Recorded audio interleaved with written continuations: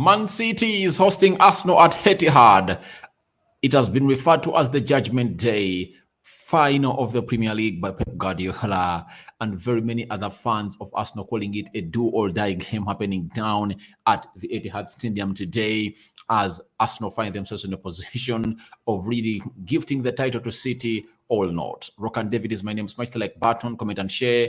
If at all you're watching us for the very first time, endeavor to subscribe to this channel so as not to miss out on stories that we do upload in here on a day. Rock and David is my name. Now, Arsenal come into this game topping the Premier League table with 5 points ahead of City. They would have been close to 11 ahead of City if at all they went ahead to win their previous 3 games. But unfortunately, their previous 3 games ended in a draw. 2-2 against Liverpool, 2-2 against West Ham, and then 3-3 against Southampton that they played last Friday. Man City are really coming to this game of football trying to really put themselves in a position of really taking on a side known as Arsenal, and obviously try to make a very huge chase for the trophy of the Premier League. They want to win it for the 3rd time in a row. Mikel Arteta looks like he's ready to get into his army to find a better way to stop a side known as Arsenal. But as it stands, looks like Man City is really pushing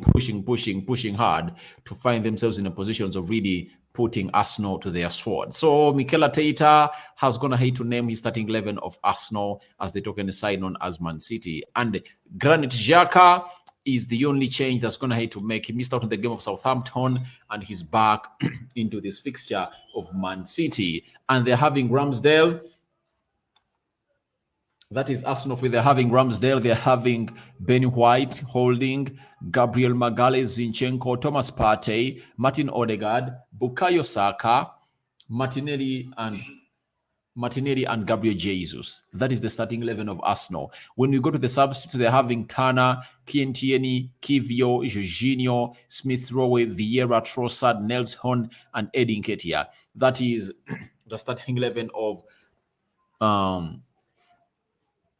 Mikel Arteta in this game of football as Arsenal faces a side known as Man City. Then Man City are really having Ederson, Walker, Diaz, Akanji, John Stones, Rodrigo, Kevin De Bruyne, Ika Gundogan acting as the captain tonight, Bernardo Silva, Jack Grealish, Haaland.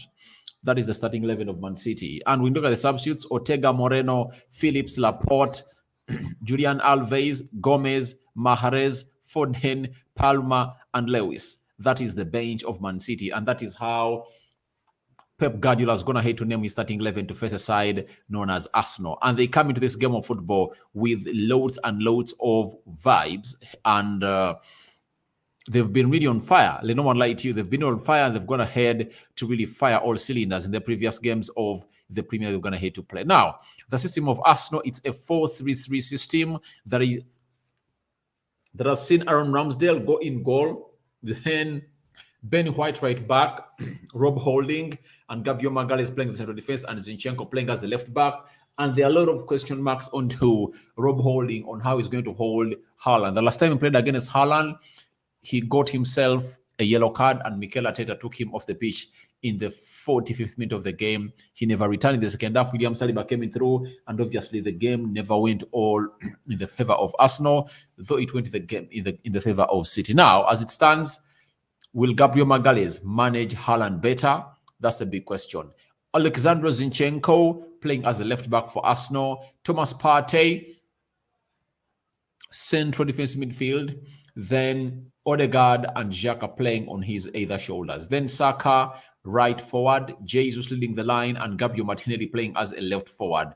Jesus and Zinchenko are returning to Etihad for the very first time in the league ever since they really left Man City. They had never played Man City in the league. Zinchenko came back and played against City in the FA Cup tie. That saw Arsenal being beaten by 1-0, and this time around he turns into the Premier League. A game that is a do or die for Arsenal. They need to really raise up to the occasion and really bring their A game. If they cannot collect their acts together or put their act together, they might find themselves out of the title race. Jesus is that player that you expect to come up through and really torment that backline of Man City. And what Arsenal should do better this time round when they are playing against City is to really keep it safe at the back. If they can keep it safe at the back, they can find themselves in a position of not really surrendering their lead that they've gone ahead to do twice this season in the previous two games. 2-0 against Liverpool. Liverpool came from behind and leveled the game, and then 2-0 lead against West Ham.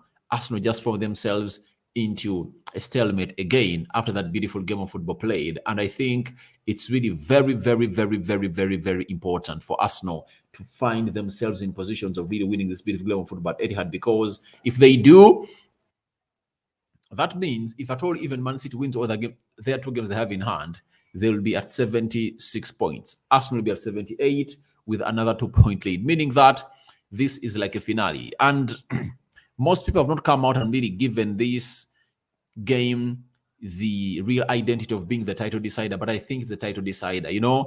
I think if Arsenal can get a win from this game, the momentum they're going to get in the remaining 5 games, I think will just take them to a level of really winning the remaining games. And I think the same applies to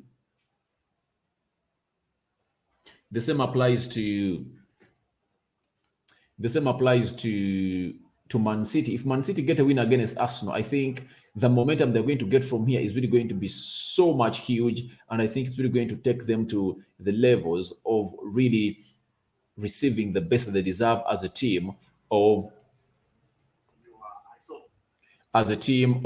Man City. So that is why this game is really so much important. But for me, my query is simple. Jorginho is a player who is known for playing such games. He has the experience for such big games and games that decide the titles. Why isn't Mikel Arteta giving Jorginho a chance?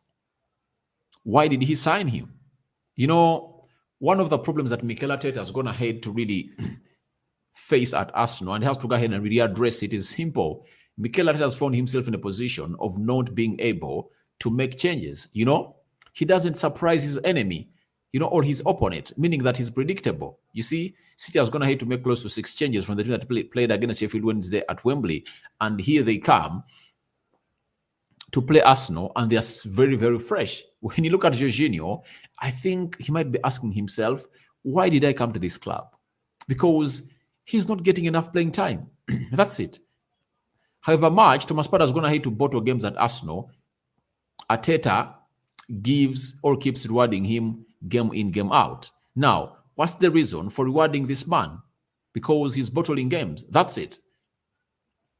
Secondly, Jorginho, if they played a double pivot today, I understand how it would have gone ahead to be so much important when they're really going ahead to play against this Man City side. I think if there is a team you're supposed to respect at home, it should be Man City. I understand Arsenal went away at Liverpool and scored 2 goals, in the first 35 minutes of the game. But I think the quality of Man City players surpasses the quality of Liverpool players. And they are coming in this beautiful game of football in a very, very, very bad state. Though Pep Guardiola told us that he wouldn't like to play Arsenal in this state, having drawn 3 games consecutively, because the players are really going to be so much hungry and so much eager to collect some points from City, because they know that ever since the season started, they're not going ahead to really lose 3 games consecutively, all 4 games. And to me, the last 2 games Arsenal drew against Southampton and West Ham, I call them losses. If they had gone ahead to really win those 2 games, they would have had 4 more points. They would have been at 79. That means when if City beat them today, they would have found themselves in a position of being just 1 point behind Manchester City. That's it. So Arsenal is really facing the worst side of themselves, because they found themselves giving away 3 wins in the previous 3 games they're going to have to play. So can they surprise City? That's the big question that most of us are really waiting for here. And as I told you in the match build-up or the match preview, I'm giving City a 40% chance to win against Arsenal and a 30% chance for Arsenal to win against City, and the draw is calling in for 30%. So to me, it's really a huge game of football to be played today. That's it. So, thank you for watching in. Don't forget to smash the like button, comment, and share. If you're watching us for the very first time, endeavor to subscribe to this channel so as not to miss out on stories that we do upload in here on a daily.